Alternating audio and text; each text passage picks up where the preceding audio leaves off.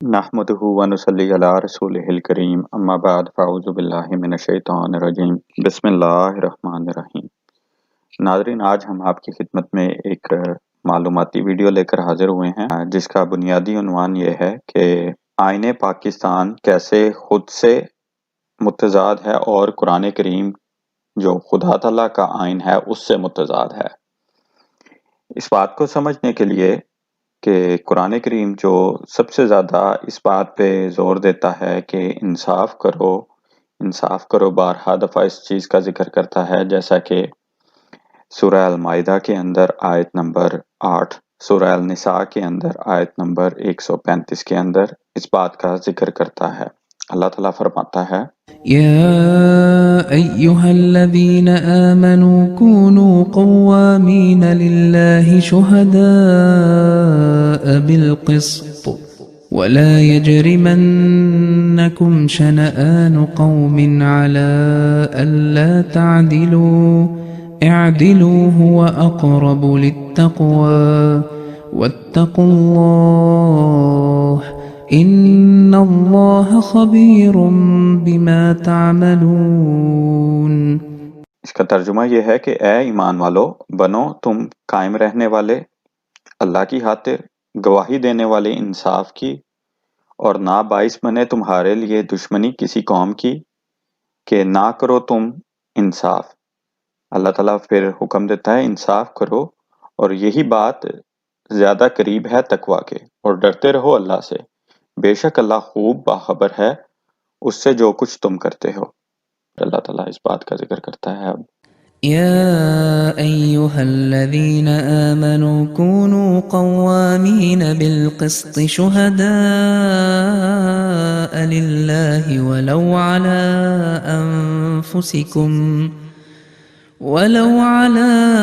أنفسكم أو الوالدين والأقربين إن يكن غنيا أو فقيرا فالله أولى بهما فلا تتبعوا الهوى أن تعدلوا وَإِن تَلْوُوا أَوْ تُعْرِضُوا فَإِنَّ اللَّهَ كَانَ بِمَا تَعْمَلُونَ خَبِيرًا۔ اور اس کا ترجمہ یہ ہے کہ اے لوگو جو ایمان لائے ہو، بنو علمبردار انصاف کے، گواہی دینے والے اللہ کے لیے، اگرچہ ہو خلاف یہ تمہاری اپنی ذات کے یا والدین کے، رشتہ داروں کے، خواہ ہو کوئی مالدار یا غریب، بہرحال اللہ ہے جو تم سے زیادہ خیر خواہ ہے ان کا، پس مت پیروی کرو تم خواہشات نفس کی عدل کرنے میں، اور اگر تم اس بات سے گریز کرو گے یعنی عدل کرنے سے اور گواہی میں، تو بے شک اللہ ہے تمہارے اعمال سے پوری طرح باخبر۔ اب جب ہم آئین پاکستان کو دیکھتے ہیں تو آئین پاکستان اس بات کی وضاحت بڑے اچھے طریقے سے کرتا ہے۔ آرٹیکل نمبر 8 کے اندر پوائنٹ نمبر 1 میں اس بات کا ذکر کیا جاتا ہے کہ کوئی قانون یا رسم یا رواج جو قانون کا حکم رکھتا ہو، تناقض کی اس حد تک کل عدم ہوگا جس حد تک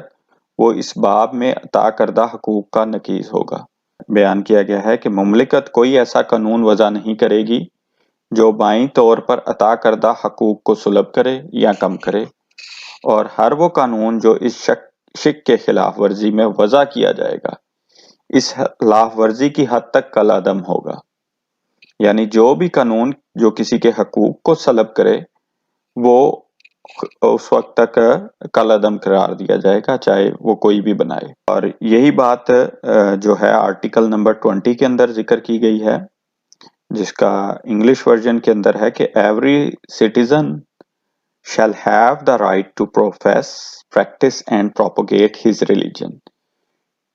and every religious denomination and every sect thereof shall have the right to establish, maintain and manage its religious institutions۔ اب اسی بات کو جب ہم اردو کے اندر جو اس کا ترجمہ ہے صفحہ نمبر 12 کے اوپر کیا گیا ہے، اس میں لکھتے ہیں، یعنی آرٹیکل 20 قانون امن عامہ اور اخلاق کے تابع، الف جز اس کا یہ بنتا ہے کہ ہر شہری کو اپنے مذہب کی پیروی کرنے، اس پر عمل کرنے، اس کی تبلیغ کرنے کا حق ہوگا. یعنی ہر شہری کو یہ حق ہوگا کہ وہ اپنے مذہب کی پیروی کرے، اس پر عمل کرے اور اس کی تبلیغ کرے. اس کا جو بے حصہ ہے، ہر مذہبی گروہ اور اس کے ہر فرقے کو اپنے مذہبی ادارے قائم کرنے، برقرار اور ان کے انتظام کرنے کا حق ہوگا. یعنی ہر مذہبی گروہ اور فرقے کو یہ حق ہوگا، نو میٹر آپ اسے کیا سمجھتے ہیں. جو ہم نے پہلے بیان کی ہے آرٹیکل نمبر 8 کے اندر، اس سے متضاد کھاتے ہوئے صرف اپنی خواہشات کی پیروی کرتے ہوئے اور کسی ایک خاص گروہ کو ٹارگٹ کرتے ہوئے قانون سازی کی گئی ہے، جس کو 298 کے اندر 298 سی کے اندر انہوں نے مینشن کیا ہے اور 298 بی کے اندر بھی. 298 بی کے اندر اس چیز کو بیان کیا گیا ہے: any person of the Qadiani group اور لاہوری group who call themselves Ahmadis or by any other name, who by words either spoken or written or by visible representation refers to the mode or form of call to prayer followed by his faith as azan or recites azan as used by the Muslim shall be punished. یعنی کہ اس کو اس طرح سے بیان کیا گیا ہے کہ کوئی بھی شخص جو اپنے آپ کو خواہ احمدی کہتا ہو اور کسی بھی اعتبار سے ان کے ساتھ منسوب کیا جائے، وہ نہ تحریری طور پہ اور نہ تقریری طور پہ اس چیز کو کر سکتا ہے کہ وہ اذان دے، اس کو سزا دی جائے گی. اور 298 سی کے اندر بھی یہی بات بیان کی گئی ہے کہ کوئی بھی احمدی، یا یہاں پہ لفظ استعمال کیا گیا person of Qadiani group, calling himself as Muslim or preaching or propagating his faith، اور آگے اس کا نتیجہ کیا بیان کیا گیا: refers to his faith as Islam or preach or propagate his faith or representation in or in any manner whatsoever outrage the religious feelings of the Muslim shall be punished. یعنی کہ وہ اپنے مذہب کا اپنی وہ تبلیغ کرے گا، اور اگر کرے گا تو جس سے کسی بھی مسلمان کی دل آزاری ہو تو اس کو پنش کیا جائے گا، اس کو سزا دی جائے گی. اب یہ خود دیکھ لیں کہ جو بنیادی قوانین وضع کیے گئے تھے ہر شہری کے لیے، اس کی کس طرح سے صریح مخالفت کی گئی ہے کہ ہر مذہبی گروہ، جو آرٹیکل 20 کے اندر ہے، ہر مذہبی گروہ اور اس کے ہر فرقے کو اپنے مذہبی ادارے قائم کرنے، برقرار کرنے، ان کا انتظام کرنے اور اس کی تبلیغ کرنے کا حق ہوگا. اب اس کی یہ صریح مخالفت کر دی گئی ہے. یہ آئین ہے جو خود اپنے آئین سے مخالفت کر رہا ہے. پہلے تو ہم نے ایک حصے کو دیکھا کہ آئین خود آئین سے متضاد ہے. اب دیکھتے ہیں کہ آئین کیسے قرآن کریم سے متضاد ہو رہا ہے.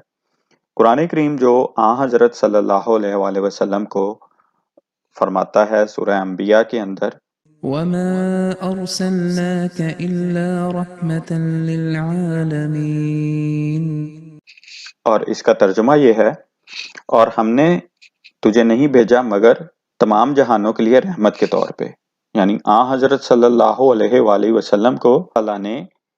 تمام جہانوں کے لیے رحمت بنا کے بھیجا ہے. اور قرآن کریم ہی اس بات کی وضاحت کرتا ہے کہ دین کے معاملے میں کسی قسم کا جبر نہیں، جیسا کہ سورہ بقرہ کے اندر اللہ تعالیٰ فرماتا ہے: لا اکراہ فی الدین، اور اس کا ترجمہ یہ ہے: نہیں کوئی زبردستی دین کے معاملے میں. اب اسوہ محمدی صلی اللہ علیہ وآلہ وسلم جو بہترین اسوہ ہیں ہمارے لیے،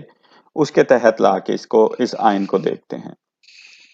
سنن ابن ماجہ کے اندر ایک روایت ہے کہ حضرت صلی اللہ علیہ وآلہ وسلم حج کے ایام میں لوگوں سے ملاقاتیں کرتے تھے اور فرماتے تھے: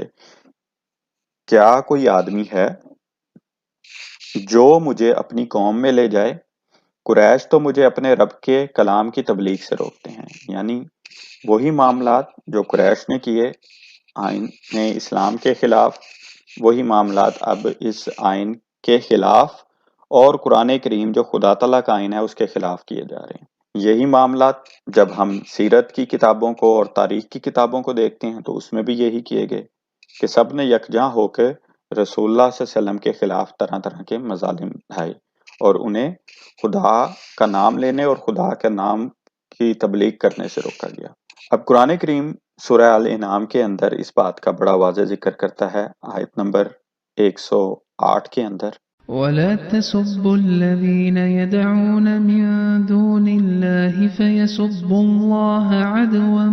بغير علم كذلك زينا لكل أمة عملهم ثم إلى ربهم مرجعهم فينبئهم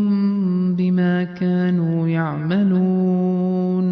اس کا ترجمہ یوں ہے، اور نہ گالیاں دو ان کو جنہیں پکارتے ہیں اللہ کے سوا، کہیں ایسا نہ ہو کہ یہ لوگ برا بھلا کہنے لگیں اللہ کو حد سے بڑھ کے اپنی جہالت کی بنا پر۔ تو یعنی کہ خدا تعالیٰ کسی کو اس بات سے بھی روکتا ہے کہ تم اس کے جھوٹے خدا کو بھی گالی نہ دو، اس کو ایسے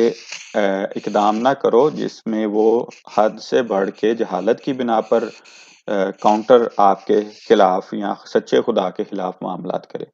اور اس سے آگے خدا تعالیٰ نے یہ سارے کا سارا معاملہ اپنے ہاتھ میں لے لیا ہے کہ اسی طرح خوشنما بنا دیا ہم نے ہر ایک فرقے کے لیے ان کے اعمال کو، پھر اپنے رب کی طرف ان سب کو لوٹنا ہے، تب وہ بتلائے گا ان کو کہ جو کچھ وہ کرتے تھے۔ اب اس سے آگے چلتے ہیں کہ حضرت صلی اللہ علیہ وآلہ وسلم کا اسوہ کیا تھا۔ حضرت صلی اللہ علیہ وسلم کے بارے میں حضرت عائشہ رضی اللہ عنہا نے خبر دی کہ نبی کریم صلی اللہ علیہ وسلم سے ایک آدمی نے اندر آنے کی اجازت چاہی، تو حضرت صلی اللہ علیہ وسلم نے فرمایا اسے اندر بلا لو، یہ اپنی قوم کا بہت ہی برا آدمی ہے۔ جب وہ شخص اندر آ گیا تو حضرت صلی اللہ علیہ وآلہ وسلم نے اس کے ساتھ نرمی کے ساتھ گفتگو فرمائی، یعنی ان لوگوں کو جو اپنی قوم کے برے ترین لوگ تھے ان کے ساتھ بھی رسول اللہ صلی اللہ علیہ وسلم نرمی کا سلوک کرتے تھے، جبکہ جذبات مجروح ہو جاتے ہیں بلا وجہ سے، اس وجہ سے کہ اپنے دین کی تبلیغ کرتے ہیں، جبکہ قرآن کریم تو فرماتا ہے قل هاتوا برهانكم إن كنتم صادقين، کہ کہہ دیجئے اگر یہ سچے ہیں تو اپنی صداقت کی دلیل لائیں۔ اور قرآن کریم نے جہاں قومی معاملات کے اندر ذکر کیا ہے کہ اگر کوئی شخص آپ کے دین کو قبول نہیں کرنا چاہتا یا آپ کے عقیدے کو قبول نہیں کرنا چاہتا تو وہاں پہ خدا تعالیٰ نے واضح طور پہ فرما دیا ہے لَكُمْ دِينُكُمْ وَلِيَ دِينِ، اور اس کا ترجمہ یہ ہے کہ تمہارے لیے تمہارا دین اور میرے لیے میرا دین۔ اب یہ آپ سننے والوں پہ ہے کہ آپ ان لوگوں کے پیچھے چلتے ہوئے آئین پاکستان کے بنیادی آئین کی بھی مخالفت کریں، آئین اسلام یعنی دنیا کے